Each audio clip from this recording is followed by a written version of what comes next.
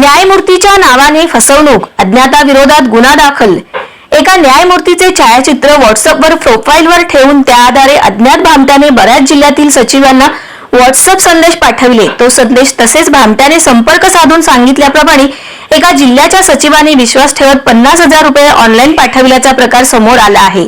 हा फसवणुकीचा प्रकार समोर आल्यानंतर आझाद मैदान पोलीस ठाण्यात अज्ञात व्यक्तीविरोधात गुन्हा दाखल करण्यात आले आहे।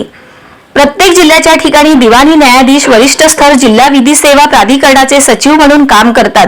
दरम्यान राज्य विधी सेवा प्राधिकरणाच्या एका न्यायमूर्तीचे छायाचित्र अज्ञात व्यक्तीने त्याच्या व्हॉट्सअप प्रोफाईलला ठेवून न्यायमूर्तीच्या नावे बनावट खाते बनवले। मग त्या माध्यमातून बऱ्याच जिल्ह्यातील सचिवांना व्हॉट्सअप संदेश पाठवले।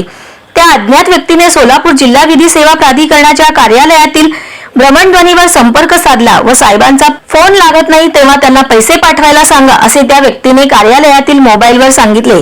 शिवाय ज्या बँक खात्यावर पैसे पाठवायचे त्याची माहिती देखील त्याने पाठवली। त्यानंतर कार्यालयीन कर्मचाऱ्याने सदर माहिती सचिवांना सांगितली। न्यायमूर्तींना पैशांची गरज असावी असा समज करून सचिवांनी त्यांच्या न्यायाधीश पत्नीच्या बँक खात्यावरून अज्ञाताने दिलेल्या बँक खात्यावर 50,000 रुपये पाठवले। दरम्यान हा फसवणुकीचा प्रकार असल्याचे लक्षात येताच न्यायमूर्तीच्या वतीने आझाद मैदान पोलीस ठाण्यात तक्रार देण्यात आली। पोलिसांनी या प्रकरणी अज्ञात व्यक्तीविरोधात फसवणुकीचा गुन्हा दाखल करून तपास सुरू केला आहे।